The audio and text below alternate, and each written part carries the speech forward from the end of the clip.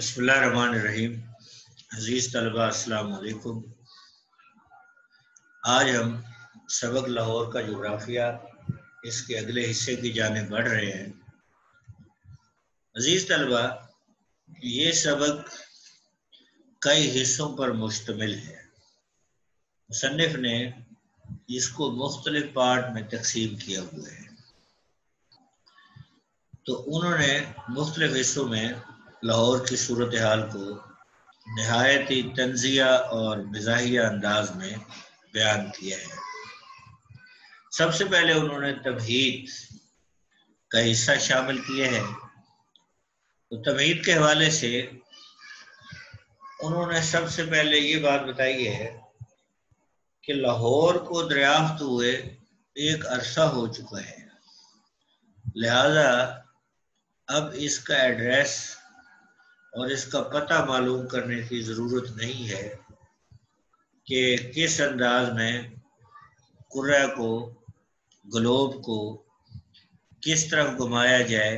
جیسا کہ عموماً طریقہ ہوتا ہے کہ دنیا کے نقشے پر کسی ملک یا شہر کی نشاندہی کی جاتی ہے، تو وہ کہتے ہیں کہ لاہور اب اس قدر قدیم ہو چکا ہے، اتنا پرانا شہر ہے، اب اس کو ڈھونڈنے کے لیے کسی نقشے کی ضرورت نہیں ہے، بلکہ بزرگوں سے اگر پوچھا جائے لاہور کے بارے میں تو وہ کہتے ہیں کہ لاہور لاہور ہے۔ تو وہ کہتے ہیں کہ اس سے بڑھ کر لاہور کا کوئی ایڈریس نہیں ہے۔ اگر اس ایڈریس پر بھی کسی کو لاہور نہیں ملتا تو پھر وہ اپنی عقل کا علاج کرائے اور اپنی تعلیم کو مکمل کرے کہ اسے کیوں نہیں ملتا۔ محل وقوع اگلے حصے میں مصنف نے لاہور کے محل وقوع کو نہایت ہی مزاحیہ انداز میں بیان کیا ہے۔ سب سے پہلے انہوں نے یہ بتایا کہ لاہور پنجاب میں واقع ہے، لیکن پنجاب اب 5 دریاؤں کی سرزمین نہیں رہا۔ جیسا کہ آپ جانتے ہیں کہ پنجاب کو اس لیے پنجاب کہا جاتا ہے کہ یہاں 5 دریا بہتے ہیں۔ اب وہ کہتے ہیں کہ یہاں 4.5 دریا بہتے ہیں، کیونکہ پنجاب کا 5واں دریا جو دریائے راوی ہے وہ اب چلنے کے قابل نہیں رہا۔ یہاں پہ شاعر نے، مصنف نے دریائے راوی کی کیفیت کو اور اس میں پانی کی کمی کو نہایت ہی مزاحیہ اور طنزیہ انداز میں بیان کرتے ہوئے کہا ہے کہ راوی اب ضعیف ہو چکا ہے۔ انہوں نے راوی ضعیف کا ذو معنی لفظ استعمال کر کے دریائے راوی میں موجود پانی کی کمی کو نہایت ہی مزاحیہ انداز میں بیان کیا ہے۔ اس کے بعد انہوں نے بتایا ہے کہ لاہور میں 2 راستے ہیں لاہور میں آنے کے لیے، اور 2 راستوں میں ایک راستہ جو ہے وہ دلی کی طرف آتا ہے اور دوسرا پشاور کی طرف سے۔ انہوں نے بتایا ہے کہ دلی کے راستے سے آنے والے جو تھے وہ اہل زبان تھے، اور پشاور کے راستے آنے والے اہل سیر تھے۔ یعنی انہوں نے یہ بات بتائی ہے کہ لاہور میں جو دلی سے لوگ آئے وہ صاحب علم شخصیات تھی، اور اس طرف پشاور سے جو آئے وہ تقریباً حملہ آور تھے، اور حملہ آوروں میں کوئی غوری تھا تو غزنی تھا، ان کے یہ تخلص تھے۔ اور جبکہ جو اہل زبان آئے ہیں وہ تو ویسے ہی زبان کے ماہر تھے، کوئی شاعر تھے، کوئی ادیب تھے، ان کے بھی بڑے خوبصورت تخلص تھے۔ اس کے اگلے حصے میں مصنف نے لاہور کے حدود اربع پہ بات کی ہے، اور یہ بتایا ہے کہ یہ بات درست ہے کہ لاہور پنجاب میں واقع ہے، لیکن اب لاہور کے چاروں طرف لاہور ہی واقع ہے۔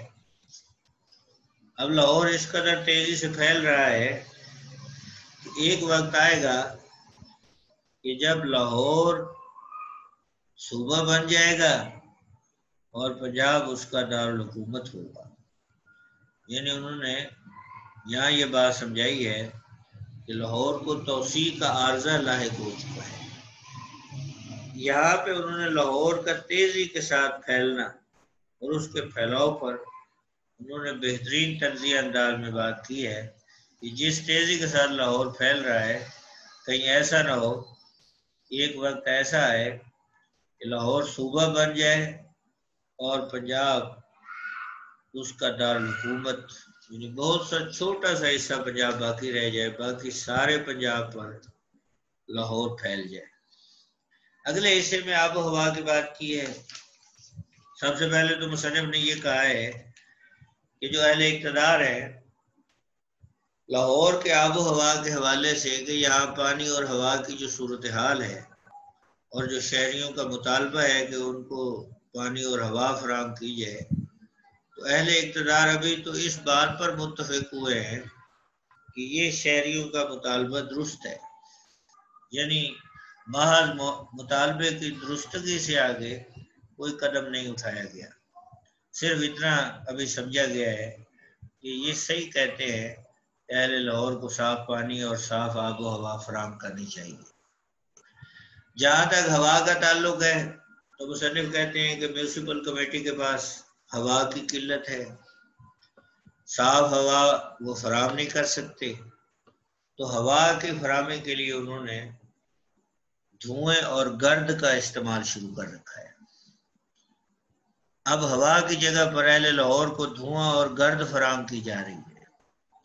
یہاں مصنف نے جو لاہور کی فضا کی آلودگی ہے اس کو نہایت خوبصورت انداز میں بیان کیا ہے کہ اہل اقتدار ان کی توجہ بھی اس طرف نہیں جا رہی کہ کس طرح موسم جو ہے وہ ماحول جو ہے آلودہ ہو رہا ہے، فضا آلودہ ہو رہی ہے، مگر کسی کو اس کی خبر نہیں ہے اور کوئی اس کی طرف توجہ نہیں دے رہا۔ جہاں تک ان کے دوسرے مطالبے کا تعلق ہے کہ ان کو پانی فراہم کیا جائے، اس سلسلے میں مصنف نے نہایت طنزیہ انداز میں کہا ہے کہ اس سلسلے میں لاہور کی ضلعی حکومت نے جو بارش کا پانی ہے اس کو روکنے کا بندوبست کر رکھا ہے۔ ہر گلی میں ہر سڑک پر بارش کا وافر پانی کھڑا ہوا ہے۔ جو بارش کے بعد سڑکوں پر اور گلیوں پر جو پانی کی صورتحال ہوتی ہے، مصنف نے اس پر طنز کرتے ہوئے کہا ہے کہ یہ دراصل لاہور کی انتظامیہ نے اہل لاہور کی پانی کی کمی کو دور کرنے کے لیے بارش کے پانی کو روک رکھا ہے اور ہر گلی ایک دریا کا منظر پیش کرتی ہے اور ایک جھیل کا منظر پیش کرتی ہے۔ اور جہاں تک پانی کی فراہمی کی بات ہے اس سلسلے میں وہ کہتے ہیں کہ نظام سکے کے دور کی سکیمیں جو ہیں وہ نکالی جا رہی ہیں، یعنی اس سے مراد یہ ہے کہ حکومت محض کاغذی کارروائیوں تک محدود ہے کہ کس طرح پانی فراہم کیا جائے، کیا کیا جائے، جو محض زبانی جمع خرچ سے آگے کچھ نہیں ہے۔ تو انہوں نے کہا کہ پانی اس قدر کم ہے اور کوئی نہیں پتا کہ کس وقت پانی آتا ہے، تو لوگوں کو ہدایت کی جاتی ہے کہ وہ اپنے برتن جو ہے وہ اپنے نلکوں کے نیچے رکھ دیں تاکہ کہیں ایسا نہ ہو کہ پانی آئے اور ان کے برتن خالی کے خالی رہ جائے۔ یعنی انہوں نے یہاں یہ بتایا ہے کہ اہل لاہور کو صاف ہوا اور صاف پانی کے حوالے سے شدید مسائل جو ہے ان کے سامنے موجود ہیں، لیکن حکومت ہے کہ زبانی جمع خرچ کے آگے کچھ نہیں کر رہی بلکہ ان کے مسائل میں مزید اضافہ کر رہی ہے۔ ذرائع آمد و رفت کے حوالے سے مصنف لکھتے ہیں کہ جو یہاں لاہور کے درمیان میں جو سڑک گزر رہی ہے یہ وہ سڑک ہے جو خستہ حال ہے، جگہ جگہ اس پر کھڈے ہیں۔ یہ سڑک دراصل شیر شاہ سوری کی بنوائی ہوئی ہے اور اس سڑک کو آج تک ویسے کا ویسے ہی رکھا گیا ہے کیونکہ اس سڑک کو آثار قدیمہ میں شامل کیا ہوا ہے۔ جس طرح پرانی بلڈنگز اور پرانے آثار قدیمہ کو ان کی حالت میں تبدیلی نہیں کی جاتی تاکہ لوگ اس کو دیکھیں، تو وہ کہتے ہیں لاہور کی سڑک کا بھی یہی حال ہے۔ یہاں مصنف اس بات پر طنز کر رہے ہیں کہ اس سڑک کو کسی نے ٹھیک کرنے کی کوشش نہیں کی اور اس پر جو کھڈے ہیں وہاں پہ لوگ گرتے ہیں اور لوگوں کے کبھی اسی سڑک پر آنے والے جو حملہ آور تھے انہوں نے یہاں کی حکومتوں کے تختے الٹ دیے تھے۔ آج لوگ یہاں گرتے ہیں تو ان کے تختے آج بھی الٹے جا رہے ہیں اور لوگ عبرت حاصل کر رہے ہیں۔ اسی طرح انہوں نے یہاں ٹانگوں کی صورتحال کی بھی بات کی۔ یہ وہ پرانا لاہور ہے جب سواری کے لیے ٹانگے موجود ہوتے تھے۔ تو مصنف نے کہا ہے کہ یہاں بناسپتی گھوڑے جو ہیں وہ ٹانگوں کو کھینچنے میں مصروف ہوتے ہیں اور ایسے گھوڑے جو وزن بھی اٹھانے سے قاصر ہوتے ہیں مگر وہ کوچوان اپنی روزی روٹی کمانے کے لیے حد سے زیادہ سواریاں ان پہ لاد کر اپنی روزی کما رہے ہیں۔ تو عزیز طلبہ، یہاں تک انہوں نے ذرائع آمد و رفت کے برے حال کا تذکرہ کیا ہے اور یہ وہ لاہور ہے جو قدیم لاہور تھا۔ اور آج بھی بعض مسائل اگر ہم دیکھتے ہیں جیسے فضا اور ماحول کی آلودگی ہے، ویسے لگتا ہے کہ جیسے مصنف آج کے لاہور کے بارے میں بات کر رہے ہیں۔ عزیز طلبہ، آج کا لیکچر یہاں پہ اختتام پذیر ہوتا ہے۔ انشاءاللہ اگلے لیکچر میں دوبارہ ملاقات ہوگی۔ السلام علیکم ورحمۃ اللہ۔